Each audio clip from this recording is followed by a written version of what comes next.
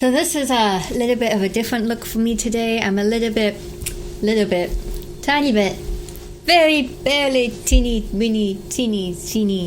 tiny bit underdone compared to usual. I still got my makeup though. I just wanted to have a casual chat. I wanted to talk about some things that I think are really important, or mainly one topic that I think is really useful and beneficial for any performer to know. My number one tip: how do you grow as a performer, no matter what stage you're in, whether you're brand new, maybe intermediate, maybe you're already a headliner. So this past weekend, I actually took a workshop. I adore taking workshops, and that's one thing I love about Burlesque and Burlesque Hall of Fame and attending these festivals so much, is that you really get to take workshops. And I love learning from other performers, whether they're more experienced than me or they've been performing for a shorter amount of time but still phenomenal, seeing really their perspective on burlesque and what the burlesque philosophy is, and just how they carry themselves and different ways that you can really blend yourself into burlesque so beautifully. So I took a workshop this weekend. As I had mentioned, I took a clowning workshop. With the pandemic, with no Burlesque Hall of Fame, with no BurlesqueCon, with no workshops in general, this was my first workshop in over 2 years. It is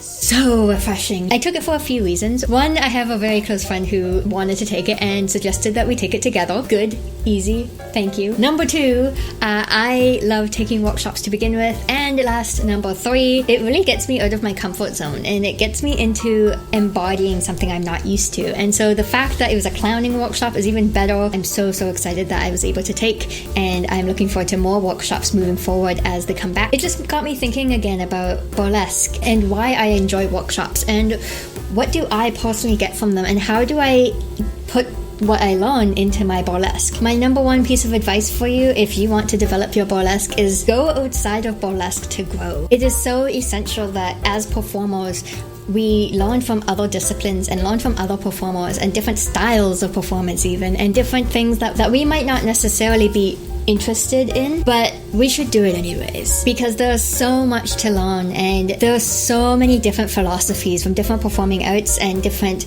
performance styles, and even just media or what we see in real life that we can put into our burlesque. Whether or not we mean for it to influence our burlesque and have us become better performers, it happens. A couple of examples is clowning. Very fresh in my mind. A lot of it, you have to be in the moment and you have to be okay with exaggerating and really digging into your inner child and being genuine in that moment. And how are you going to react when something incredibly happy happens, whether you're being really goofy on stage or if something really sad happens? Being able to tap into being a child again and being just genuine and just having whatever comes up come up and allow it to come up. Similar to improv, if you take an improv class, you learn how to be in the moment and how to breathe and how to pause and how to look for moments. That leaks into burlesque because you need to be able to take moments and you need to find what moments do you want to emphasize in your act when you choreograph, and what's really important at what time for the audience to see or know or reveal. You have to pause and you have to give the audience time to breathe and give them time to really take in what they just saw. Even having one moment of pause is going to give a lot for people to just breathe and take you in as you are. And even things like makeup, I do mine slightly more extreme when I'm on stage and actually performing because I want it to read from the audience.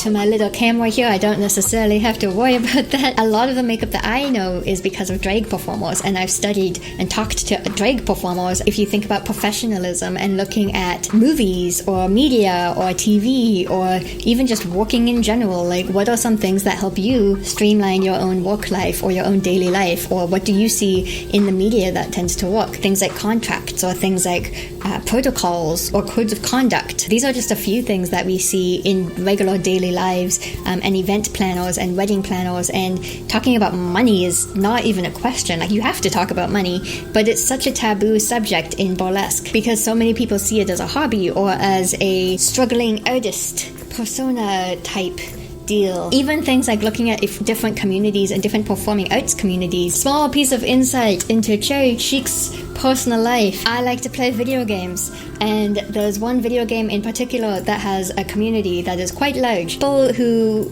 stream on YouTube or who post videos on YouTube or who are just part of that community in general, they know that they don't have to be liked by every single person.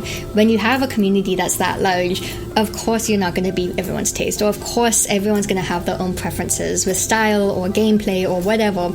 And the exact same thing happens with Burlesque as well. We are such a close-knit community, and we talk about community so much and so often, when in reality there's thousands of us across the globe. There's no way I'm going to be able to connect with every single performer or understand where every single performer is coming from, or like every style or every approach to burlesque or approach to producing or any of these different things. We are all our own unique people, really finding your community within the community. As I mentioned in a video previously, it can feel incredibly isolating, twice as isolating, if you see people talking about this so-called community but you don't experience it yourself. I really encourage anybody to really find your community and find who do you connect with, and how do you continue to connect with those people and find them. And maybe you have to produce your own shows to build that community that you're not seeing, or those specific performers who are having trouble finding that community. Because reality is, as welcoming as we try to be and as welcoming as we say a lot of people are, or we are as a community, we also all have our own limits, and we can't always be there for every single individual, even when we want to, as long as we don't let it get in the way of our professionalism. And we still continue to uplift one another regardless of differences,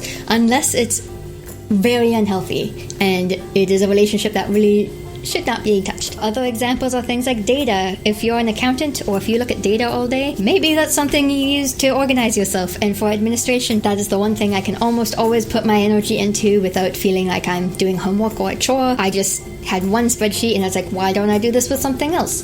So now I have a ton of spreadsheets and forms and documents that I rely on heavily all the time, and I wouldn't have done that otherwise if I hadn't talked to people who are involved in that work. Big summary, I could be listing things all day and you would probably get very tired of listening to me, but my number one tip, if you want to grow as a performer and develop your performance style and persona and experience levels, is to really expand yourself beyond your performing out and expand yourself beyond burlesque, because there is so much going on in the real world. We already get our inspiration for acts from the real world, whether that's from plants and animals, life, politics, comedy, whatever we see inspires us. And we can do the same thing with how we even carry ourselves in burlesque, or how we approach burlesque and create our own philosophies around it. That's it. I hope that's something that really can help you and help you to learn and be willing to learn from other performers from different styles, whether it's your own performance community or other performance communities, because there's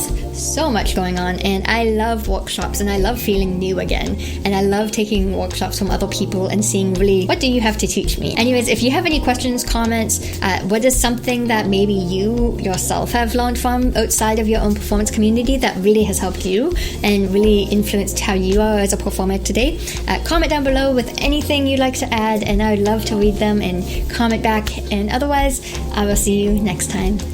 Bye.